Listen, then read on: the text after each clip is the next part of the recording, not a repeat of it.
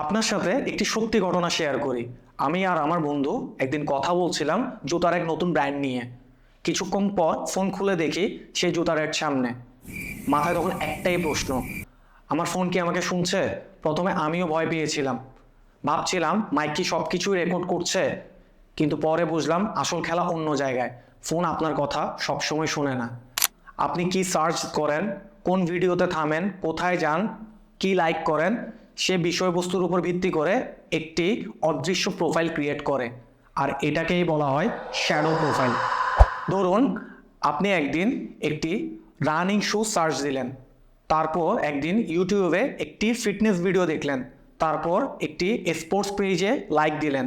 আপনার কাছে মনে হবে আমি তো শুধুই দেখছিলাম, কিন্তু এআই বলবে এই পার্সনটা হয়তো জুতা কিনতে যাচ্ছে। ভয়ের কিছু নেই, কিন্তু সচেতন হওয়াই দরকার। আজকে গিয়েই আপনার location history, app and web activity, ad personalization এগুলো চেক করুন। কারণ এই ডিজিটাল দুনিয়ায় স্মার্টফোন না, স্মার্ট ইউজার হওয়াটাই আসল।